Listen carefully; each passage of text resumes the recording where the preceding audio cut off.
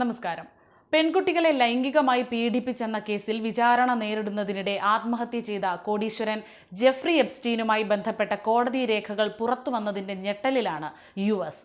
ലൈംഗിക കുറ്റകൃത്യങ്ങളുമായി ബന്ധപ്പെട്ട് നിരവധി പ്രമുഖരുടെ പേരുകളാണ് രേഖകളിൽ പരാമർശിക്കപ്പെടുന്നത്. രാഷ്ട്രീയക്കാർ, സിനിമാ താരങ്ങൾ, ശതകോടീശ്വരന്മാർ എന്നിവരുമായി അടുത്ത ബന്ധമുള്ള കോടീശ്വരനായിരുന്നു എപ്സ്റ്റീൻ.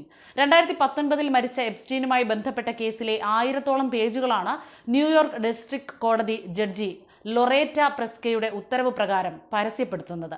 ലൈംഗിക ബന്ധത്തിനായി 14 വയസ്സുകാരിക്ക് പണം വാഗ്ദാനം ചെയ്തതിന് 2005 ഫ്ലോറിഡയിൽ വെച്ചാണ് ഇയാൾ ആദ്യമായി അറസ്റ്റിലാകുന്നത്.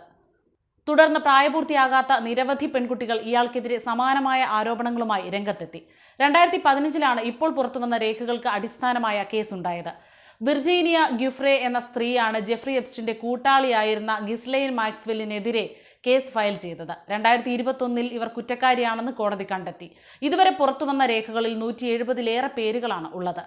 പ്രമുഖരായ പലരുടെയും പേരുകൾ ഇതിൽ ഉൾപ്പെടുന്നു. ഇവരിൽ പലരും ചെയ്ത ലൈംഗിക കുറ്റകൃത്യങ്ങളും രേഖകളിൽ വിശദീകരിക്കുന്നുണ്ട്.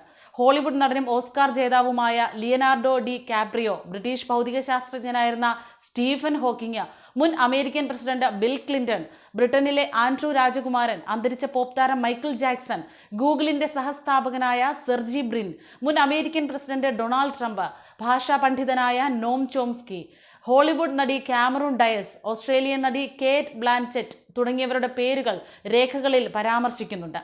US-ലെ വെർജിൻ ദ്വീപ് സമൂഹത്തിലെ ഒരു ദ്വീപ് എപ്സ്റ്റീന്റെ ഉടമസ്ഥതയിലായിരുന്നു.